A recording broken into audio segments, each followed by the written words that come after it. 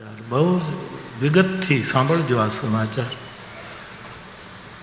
આકાશવાણી ત્રિભુવન બોલે છે.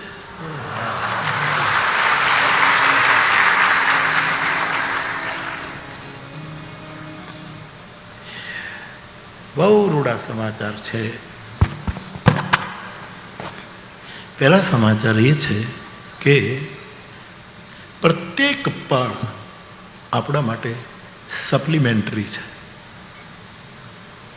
પ્રત્યેક પળ જીવનની પૂર્તિ છે. અને માણસો આખું છાપું ન વાંચે પણ પૂર્તિ જરૂર વાંચે. એમ સાધકો પ્રત્યેક પળને વાંચી લેવી એ બહુ સારા સમાચાર છે. પ્રત્યેક પળ એ વારંવાર હું કહું છું. અત્યારે આ પળ ભૂતનાથને ભજવાની છે. ભજહું મન ભીમનાથ, ભજહું મન ભૂતનાથ શંકર ભારી.